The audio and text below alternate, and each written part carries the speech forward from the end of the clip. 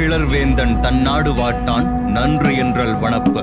பிற்கால சங்க நூலான சிறுபஞ்ச மூலம்ல இடம்பெற்றிருக்கக்கூடிய இந்த பாடல் வரிகள் என்ன சொல்லுதுன்னா, ஒரு ஆட்சியாளனுக்கு அழகே அவன் ஆளுற மக்கள் அவனுடைய ஆட்சி நல்லா இருக்குன்னு சொல்றதுதான். ஆனா இன்னைக்கு நாம கேக்குறது எல்லாம் நல்ல ஆட்சி தரலனாலும் பரவாயில்ல, குறைந்தபட்சம் பாதுகாப்பாவது வழங்குங்கன்னு கேக்குறோம். ஆனா அந்த குறைந்தபட்ச கடமையை கூட செய்ய தவறியதோட மக்களோட இன்னல்களுக்கும் காரணமாயிருக்கு இந்த திமுக அரசு.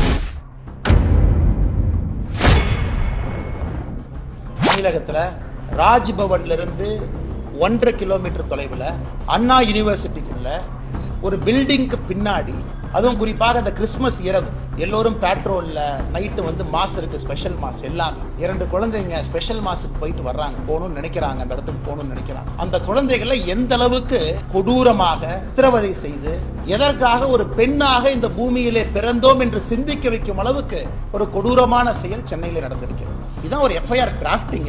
அந்த எஃப்ஐஆர் லீக் பண்ணிருக்கீங்களா சார்? பொண்ணு பேரு, மொபைல் நம்பர், அப்பா பேரு, ஊரு. வெக்க பண்ணு திமுக எவராஜ் மரியாதை இருந்தா வெக்க பண்ணியா நீங்களாம்? பொண்ணு, ஊரு, அப்பா, அந்த பொண்ணு குடும்பத்தை நாசம் பண்ணிட்டீங்க. 7 தலைமுறைக்கு ஒரு அடையாள ஒரு இதை கொடுத்துருக்கீங்களா? கருப்பு புள்ளியை கொடுத்துருக்கீங்களா? மனுஷங்களையா நீங்களா? வெக்கப்படும். திமுக பொறுப்புல அவன் இருந்தனாலதான் போலீஸ் ஸ்டேஷன் செக் பண்ணல. அவனை போலீஸ் ஸ்டேஷன்ல செக் பண்ணாதனாலதான் அவன் தைரியமா வெளியே வந்தான். அதனால இன்னி உங்களுக்கு இந்த ஆர்ப்பாட்ட வேலையெல்லாம் இல்லை. இன்னிலிருந்து நாங்கள் வேற மாதிரி தான் உங்களை டீல் பண்ண போறோம். இந்த அரசியல் நாடு 3 வருஷம் பண்ணி பார்த்துட்டேன். எனக்கு முடிவு வரணும். இன்னைக்கு முடிவு வந்தே நாளை காலை 10 மணிக்கு மாநில தலைவராக என்னுடைய இல்லத்திற்கு வெளியே நான் நின்று சாட்டையால் 6 முறை நான் அடித்துக் கொள்ள போகிறேன். சாட்டை என்ன? 22 ஜூன் 2024 கள்ளக்குறிச்சி மாவட்டத்துல கள்ளச்சாராயம் குடிச்சு 68 பேர் இறந்து போனாங்க. இந்த சம்பவத்துல கள்ளச்சாராய விற்பனையில் ஈடுபட்ட முக்கிய குற்றவாளி திமுகவை சேர்ந்த ஒரு நபர்தான் அப்படிங்கிற தகவலும் இருக்கு. சில உயிரிழப்புகளோட நின்று இருக்க வேண்டிய இறப்பு பல மடங்கு அதிகரிச்சதுக்கு காரணம் திமுக அரசுடைய மெத்தன போக்கும் ஒளிவு மறைவான அணுகுமுறையும் தான். ஒரு ஆண்டுக்கு முன்னாடியே சரியா 15 மே 2023 அன்னைக்கு மரக்காணம் பகுதியில கள்ளச்சாராயம் குடிச்ச 22 பேர் உயிரிழந்தாங்க. தமிழகம் முழுக்க அது மிகப்பெரிய அதிர்வலையை ஏற்படுத்துச்சு. கள்ளக்குறிச்சி மரணங்களை சிபிஐ எடுத்து விசாரிக்கணும்னு உயர் நீதிமன்றத்தை அணுகுனப்போ திமுக உச்ச நீதிமன்றத்துக்கே போய் அதை சிபிஐ விசாரிக்க கூடாதுன்னு தடுத்தாங்க. இந்த அக்கறைய ஏற்கனவே ஒரு முறை பெரும் அசம்பாவிதம் நடந்தப்போ காட்டியிருந்தா இந்த பெரும் உயிர் இழப்புகளை தவிர்த்திருக்கலாம். திமுக இதை செய்ய தவறுனதோட விளைவு இன்னைக்கு எவ்வளவு மரணங்கள். அக்டோபர் 6, 2024 விமானப்படையோட விமான சாகச நிகழ்ச்சி சென்னை மெரினா கடற்கரையில வச்சு நடந்துச்சு. நிகழ்ச்சியை காண பல லட்சம் மக்கள் அங்க கூடினாங்க. இப்படி ஒரு விமான நிகழ்ச்சி நடக்க போறதா விமானப்படை மாநில அரசுக்கு ஏற்கனவே தகவல் தெரிவிச்சிருந்தோம். திமுக அதை பத்தி கண்டு கொள்ளாம கூட்டத்தை ஒழுங்குபடுத்த தவறினாங்க. பல பேரு பல மணி நேரம் குடிக்க தண்ணி கூட இல்லாம மயக்கம் அடைஞ்சதோட கூட்ட நெரிசல்ல சிக்கி 5 பொது ஜனங்களுடைய உயிரும் பறிபோனது.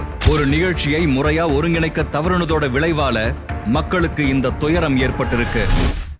டிசம்பர் 2, 2024 வெஞ்சல் புயல்னால தமிழகத்தோட வட மாவட்டங்கள் பெரிய அளவுல பாதிப்படைஞ்சிருந்துச்சு.